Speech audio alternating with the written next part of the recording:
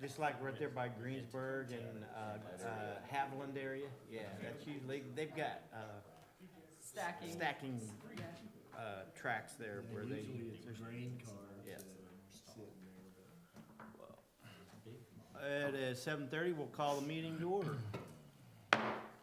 Welcome, everyone. Thank you for attending this morning. I appreciate everybody taking the time out of their beautiful morning in this moisture driven day.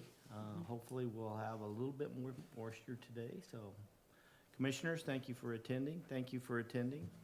Welcome, Mr. Rupp. Appreciate everybody's attendance. You received in the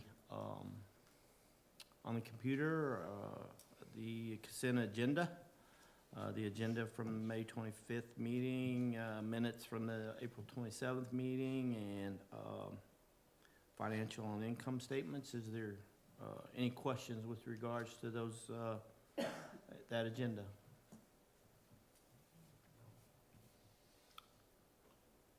Could I hear a motion to approve? Larry approves. Second. Stewart seconds. All in favor say aye. Aye. All opposed, same sign. Thank you, gentlemen. We have public comments this morning. Do we have any? Anybody care to make any comments? We do have the new executive director with us from Downtown Vision. You care to introduce yourself? Sure. I may as well make you talk. There you go. I'm Jennifer, and I'm the new executive director for Downtown Vision. I've been on the job for 2 weeks, so I thought I would just attend your meeting and see kind of what you're discussing and what's going on. Appreciate you attending. Thank you. Thank you. With no other comments, we'll move on to the update from Ms. Lana Duvall, our president, CEO. If I stay quiet, will you keep going, adding titles for me? Next on the agenda. There you go. All right, good morning, everyone. Good morning. Project Montrose, this was the project that visited the community back in March, and we continue to follow up with them and provide them with additional information about the market. Niagara, we've got further discussions with them. They are considering a visit to the community in June. So looks like the end of the first full week of June, we'll have them on the ground here to look at sites and additional utility information. Innovation is one of the Department of Commerce requests for information, and we've not heard anything back from them on that. Housing Project 521, this is one on the west side, but in the envelope between Garden City and Holcomb. And as you know, we did the Quinby wastewater study for the county, and then we're unsuccessful in getting any base grant dollars to help pay for that. So I know the county is considering other options and other ways to get that project done. Steve is now looking at ways we could downsize that system even further and start with a smaller system and then build on that. So we'll continue to work with this landowner and hopefully we'll be able to come up with something that will work for us. 321, this was the Hunter's Glen project, and everything is going well there as far as we know. We don't have any debacles yet, so that's good news. 820 we don't have any update on. Daytona, the city commission did approve, planning commission had already approved and the city commission approved the new zoning classification that allows us to do mixed use developments outside, which puts, we didn't have a zoning classification outside of the downtown district that allowed us to have retail commercial on the main floor and residential above it. We do have that classification now, so we'll keep moving forward with this mixed use. One of the contractors who's looked at this project will be in town later this week. Corridor project, the county was successful in getting the Northwest Industrial District dissolved at their last meeting.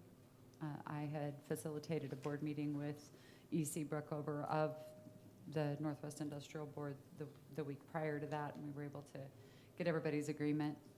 So this frees up the lift station requirements that we have for Western Kansas Corridor.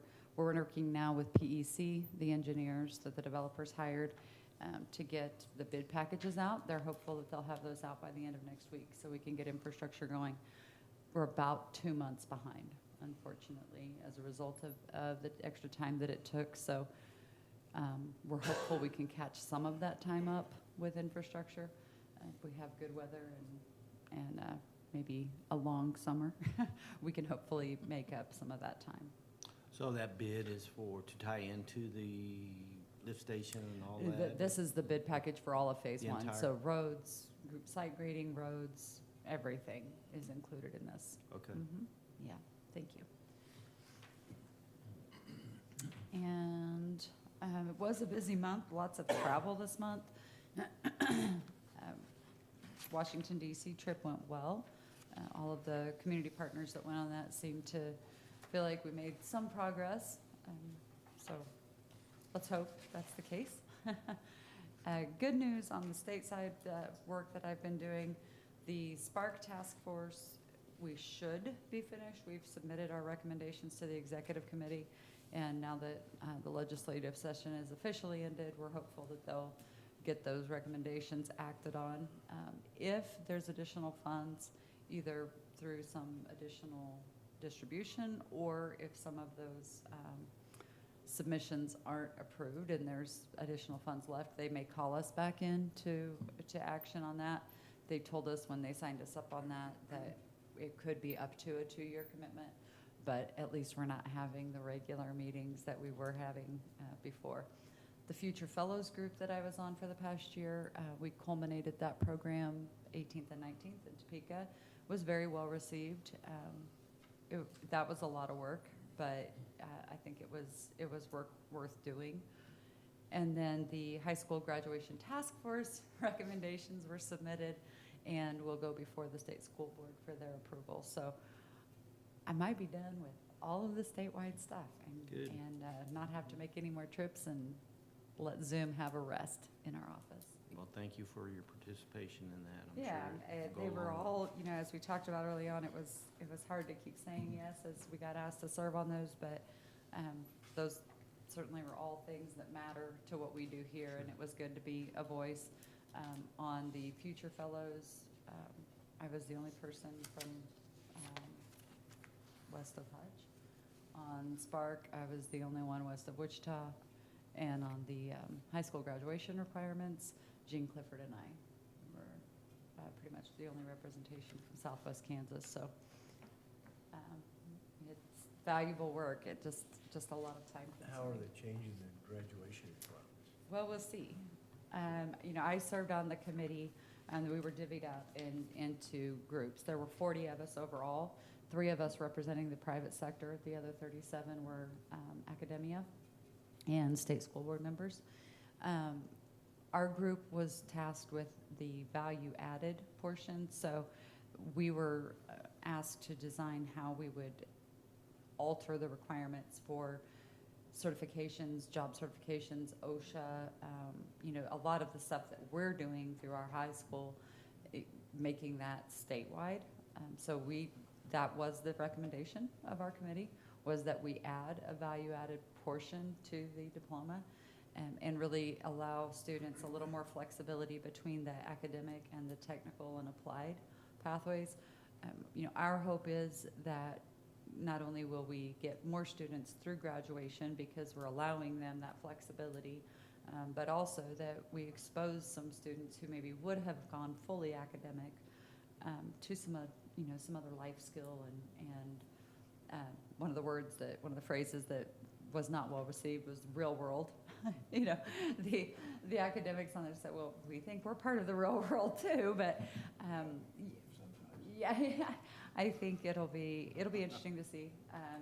All of the committees worked really hard, and then we did all of our work separately, and then came back together in the larger group, and there were certainly some challenges with that along the way. We had a core group, the more college prep group, that was really pushing to add some requirements, some academic requirements, and then our side was saying no, leave them a little bit of leeway so they can get exposed to career opportunities. And so it was interesting, and it was definitely a balancing act, but we'll see what the state board does with it. It should be interesting, but those meetings were every other week, and they were lengthy, so it's good to have that work behind us as well. Any other questions? Thank you, Lorna. Yeah. Will you be giving Mr. Steve's report? I will be giving Steve's report. Alrighty. Just pretend I'm Cottrell. Alrighty. So over the past month, we did receive 3 requests for information from the Department of Commerce. We are going to respond to the latest one that we received. It's due May 31st, so the day after the holiday, of course. But we've already started work on it. A couple of the others that we received were high utility users, and just didn't make sense for us to. Wait a minute. I guess I'm not associated with the gas company anymore, so, we don't need to. The gas wasn't the issue. It Oh. was water. Okay. That was the issue on Alright. both of the Good. others. So, yeah, we're pretty mindful Yes. of what we look That's at there. good. That's good. Yeah. Western Kansas corridor, Steve has just stayed right in the middle of that. And he has a good working relationship with PEC, fortunately. So things are going along very well there. On the residential side, he worked on a couple of new concepts for some landowners who came in. It's good as people are hearing more and more about the housing shortage. They're wanting to come to the table and see if there's things that we can be doing. So that's good. And Lost Rivers water main is underway. And the infrastructure on Hunter's Glen is underway. And phase 2 planning and RHID process is starting with that. And then we met with another group of apartment developers about a large multifamily project. Those developers, are they local? No, they are not. Okay. Mm-mm. No, when it comes to the multifamily stuff, we really don't have local developers who do that, especially on the larger scale. So, yeah, we've known all along that we were going to have to get some folks out from those primary markets and get them looking at the market. Sure. We're getting to a place now where the word is out that there's challenges out here, significant challenges, and that the rent rates will support market rate. So that's where we needed to get to in order to get a little more multifamily stuff going. In the past, we've had some interest in some county development as far as residential housing. There some folks still interested in moving forward with that? Yeah, infrastructure is the real challenge. So, we'll continue to see most of those projects probably happen within the envelope or in a location where they can attach to at least a portion of city's services, just because the county doesn't have the infrastructure to do any kind of density. I mean, obviously, we can do, septic lots, those types of things in Sure. the county. But that's not really a huge part of where the demand is right now. Folks are looking for a little more cost affordable, and that typically is going to be a little higher density with Sure. city services available to it. So, Okay. like I said, we are working on the one in the envelope between Garden City and Holcomb. And if we can come up with, even if it's a small solution, just to get that one project off the ground, Cottrell's trying to design it in a way that it would allow us to add on to it as we move out to the west. So, yeah, and we are working with a gentleman on a county subdivision that would be septic and larger lots. Okay. So, yeah, we did include it in the RHID resolution that we sent over to the county, as well as the Southwind. There's a portion of Southwind that's looking at doing an RHID for theirs as well. So those have been included in the county's RHID application. Good deal. Mm-hmm. Thank you.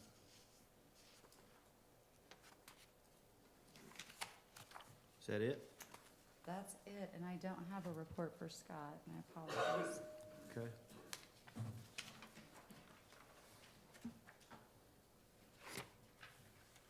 So we'll go with last year's communication report, or last meeting's communication report.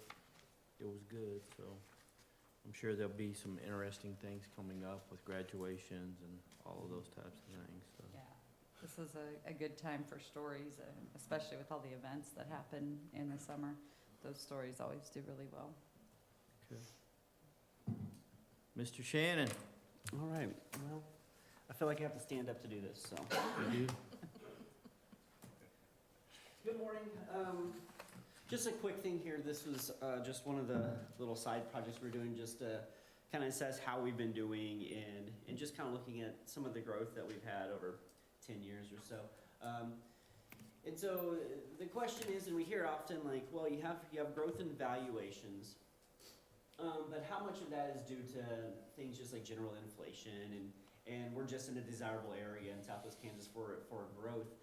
So one of the things I was thinking about is how do we account for growth that happens because of inflation or happens because of just you're in an ag producing location where people just want to produce more ag, and how can we equate how much of that growth is due to those factors versus how much is due to the activities of the organization. So the easiest way that we could really figure this out is by looking at some comparable cities, since most of the activity that we're talking about when we're growing is inside the city. Look at the growth evaluation there between the different comparable cities, and then say, okay, well, what percent of that looks like is due to just traditional growth or growth that we'd expect from being in Southwest Kansas versus growth that we are getting in Finney County. And so what we're going to do is look at 4 different cities. So these are cities that have community colleges. They're in Southwest Kansas. They're ag-based. They're the similar size. So Garden City, Liberal, Dodge, and Great Bend. And this is the valuation growth from 2012 to 2021.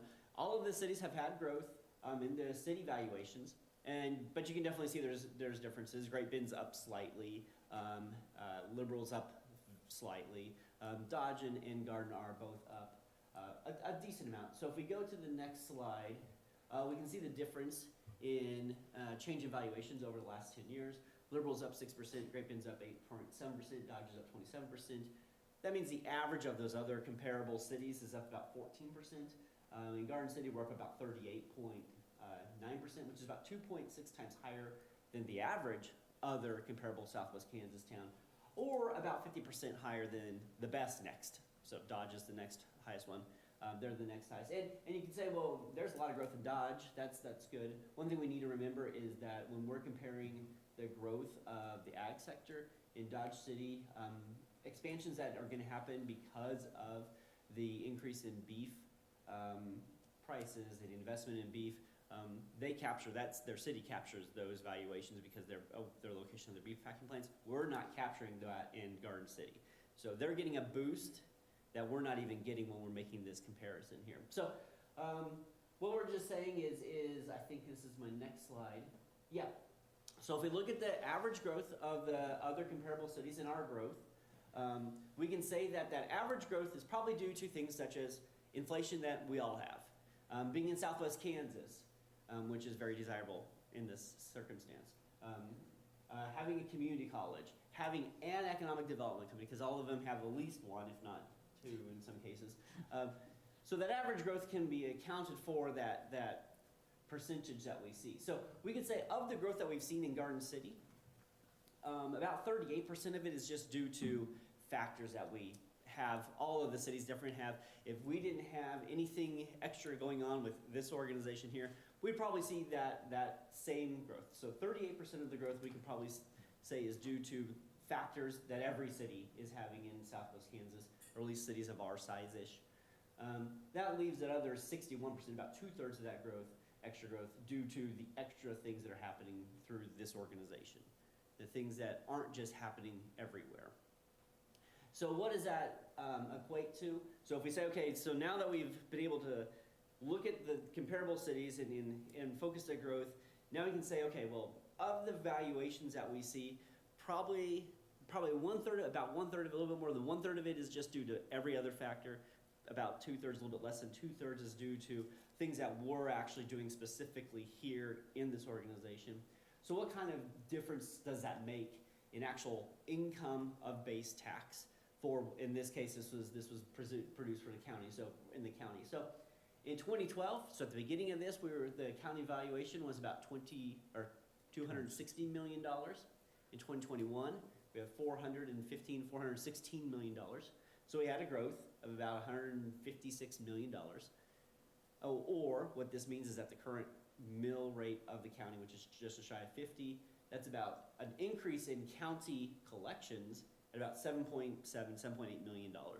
But all of that increase evaluation we're saying isn't just due to us. There's other things, inflation and stuff like that. How much of it is due to the activities of this organization here?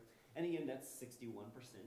So if we go through and just say, okay, well, we'll knock out the 38%, the 39% that's due to factors that every Southwest Kansas town is having and community is having, with the increases in demand for agriculture and having a community college and the increases in beef and land. We'll take those out and say, okay, well, how much of that income that we're getting every single year now in 2021, that's about a $4.8 million increase in the income from the property tax collection. And that's all I have. That's it. So all that growth takes into consideration the drop in oil and gas. Mm-hmm. Yep, when we go back and apply that to countywide, we do have negative forces that we're actually overcoming too. So that's not just the increases in the overall valuation.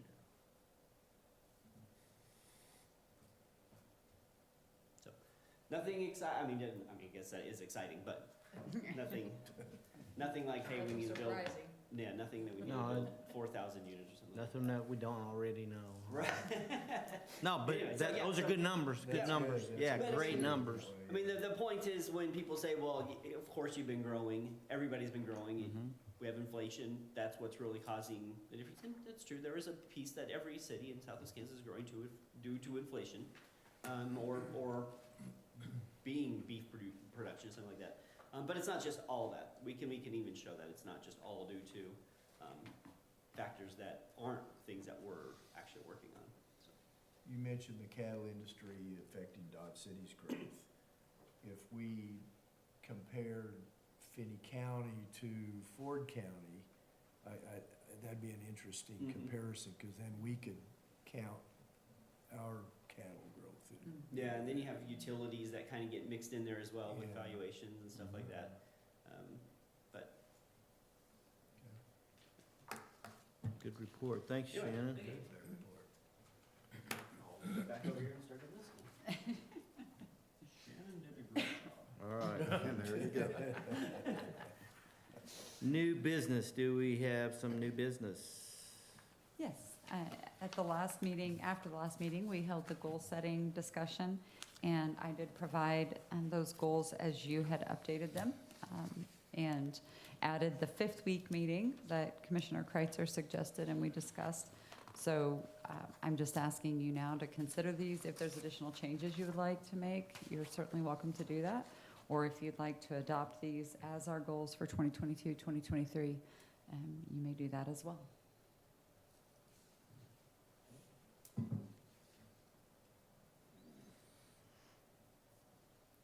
Give everybody a chance to look over those. Is there any questions with regards to the 6,000 housing units that was over and above what we were expecting, simply because we only are planning to get a portion of those 6,000 units? Is that correct? Well, we can go through each of the goals. So attract, facilitate 6,000 housing units. That's putting them in the hopper, if you will, Yes, getting them exactly. planned by 2030.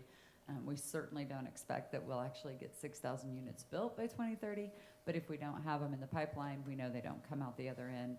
Shannon shared with you that our RHIDs typically are about 10% of what they're planned to be, just based on timing and other concerns. So if we don't put them in one end of the funnel, we know they won't come out the other end.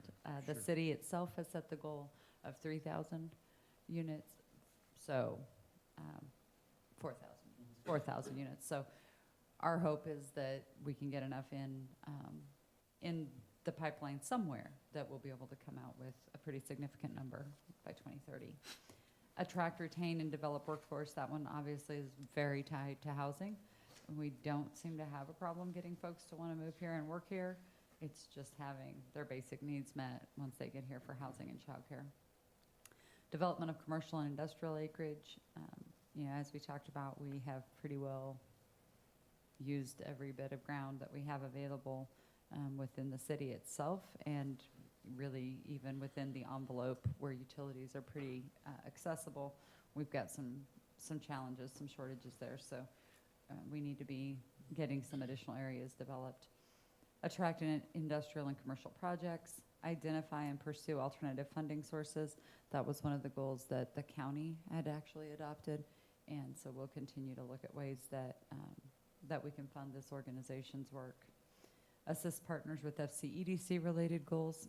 And if you remember, we went through each of those and kind of highlighted the ones that were pretty much our responsibility to lead the efforts on.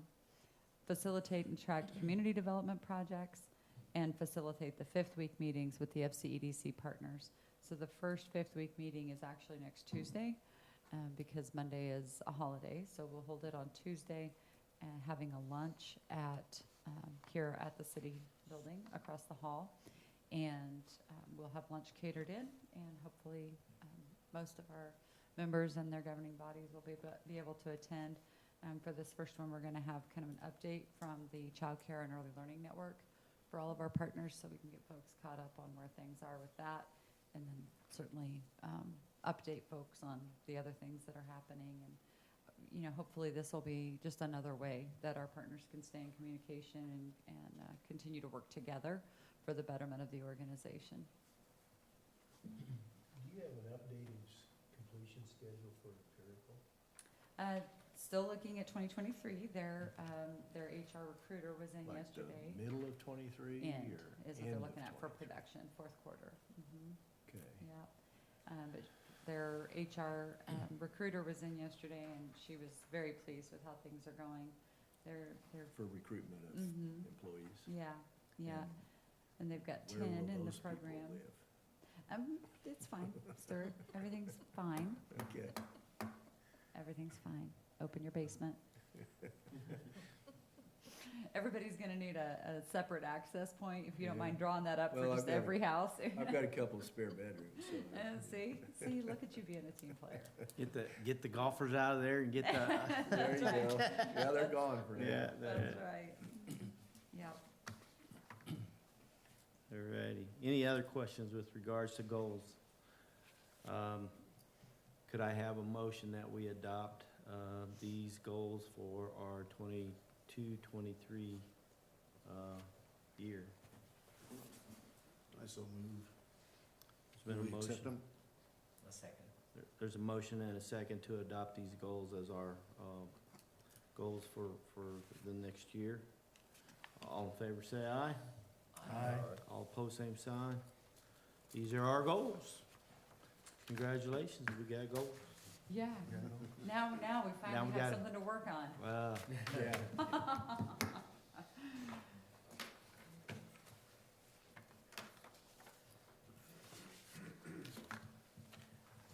Old business, any old business, anybody like to discuss? Okay.